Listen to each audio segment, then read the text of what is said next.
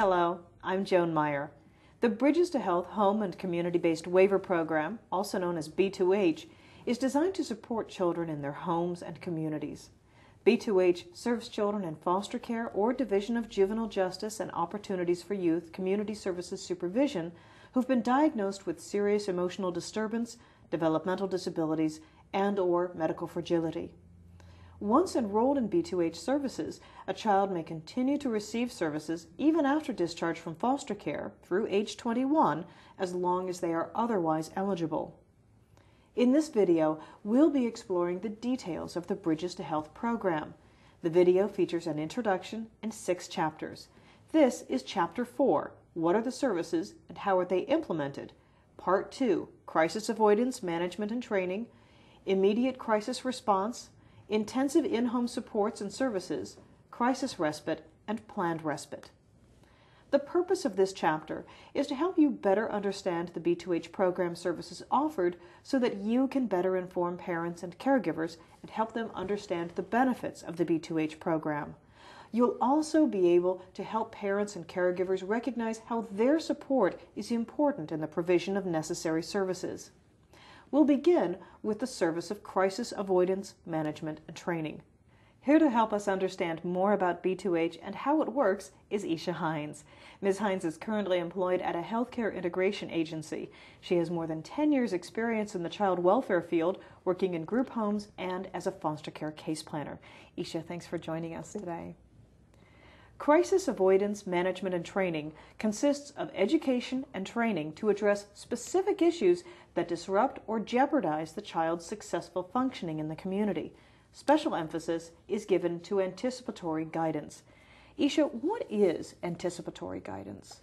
Anticipatory guidance is a capacity to proactively identify and plan for significant events in the child's environment that may trigger anxiety, frustration, or crises. Overall, is to ensure that the child's placement does not deteriorate or the involvement of additional crisis services such as a hospital emergency room placement or police involvement. So we're really trying to get this in a proactive measure instead of trying to deal with the crisis when it comes up. Correct. Okay. Now, what are some of the services that are covered under anticipatory guidance? One of the main services is the psychoeducation piece involving the child and the family. And one of the main services that the waiver service provider is going to provide to the families is helping them create and update a crisis management plan that identifies the significant events that triggered the crisis in the first place. And when we think about significant events in a child's life, we need to think about the child's birthday or anniversary placement into foster care or just anxiety around upcoming court dates. So what the waiver service provider is going to do is come in and help the family establish a crisis management plan and how to work through that plan, provide them with different techniques, coaching them and mentoring them to prepare for or anticipate crises and how to minimize them. Another service that's provided by B2H is immediate crisis response. Tell us about this, Isha. Immediate crisis response is a 24-hour service designed to respond immediately to crisis that threatens the ability for the child to stay within his home or in community. The intention of the service is to be of a short duration for the child. So it's really just sort of addressing something that's immediate, that's happening right now, that could disrupt or may actually be disrupting that child's situation where he is right now. Correct. Can you give us some examples of immediate crisis response? Well, for immediate crisis response, the waiver service provider will come into the home or community and help the family de-escalate from the crisis, assist the family with creating a resolution and supporting the resolution. In addition, the waiver service provider will help the family develop a crisis stabilization plan and also help the family link to any additional crisis services that is identified in the individualized health plan.